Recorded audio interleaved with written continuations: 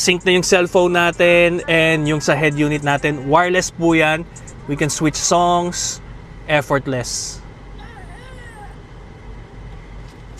Guys, kung ang head unit nyo ay CarPlay at Android Auto ready, tapos wired pa din yung mga ginagamit nyo, I suggest bumili na kayo ng ganito.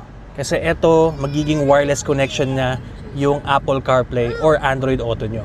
So basically, sasaksak lang natin to sa plug ng head unit natin. Tapos, pair lang natin siya sa Bluetooth settings. So, click lang natin yung pair and then allow.